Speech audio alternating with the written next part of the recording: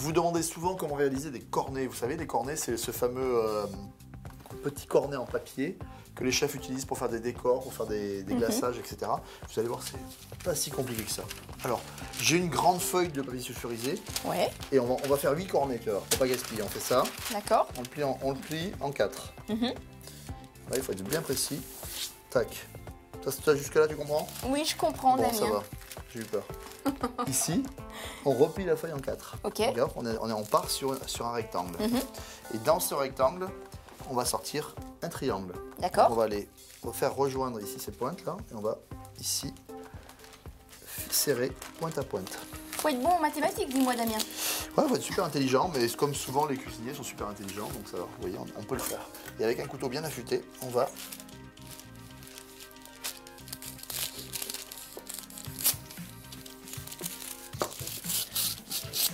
voilà, et on va découper les cornets ici et ici.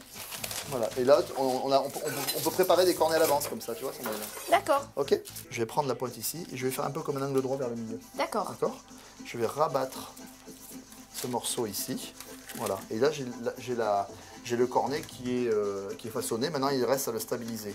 D'accord. Donc, avec mon pouce, là, je vais amener à fermer le cornet ici. Tu vois, je serre. D'accord. Je serre ici. Et là, hop. Ce qui est important, c'est que ce soit bien fermé ici. Là. Et je rabats.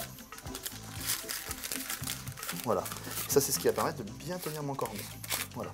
Je vais te montrer comment réaliser un cornet vraiment nickel. D'accord. Donc, on rabat, on fait un petit pliage. Maintenant, vous allez voir, on va le garnir. Alors, si vous êtes tout seul, si vous êtes deux, il n'y a pas de souci. Mais si vous êtes tout seul, vous allez le mettre dans un petit verre comme ça. On a fait une petite glace royale ici, légèrement colorée. Alors, soit avec du colorant, soit avec un épice, il n'y a pas de souci. Et on va essayer de garnir le cornet le plus proprement possible. De ne pas aller sur les bords. On va mettre ici. On va poser le cornet ici et on va bien pousser ici pour que ce soit bien propre. Super important parce qu'on n'en a pas plein les doigts. Okay. Bien dans le fond du cornet. Ici, bien proprement mon petit cornet ici. Et là, je vais rabattre ici, rabattre. Et pour faire un truc bien net. D'accord. Avec un couteau, je vais couper ici pour définir la taille de mon écriture. D'accord. Et à partir de là, je n'ai plus qu'à... Trop joli.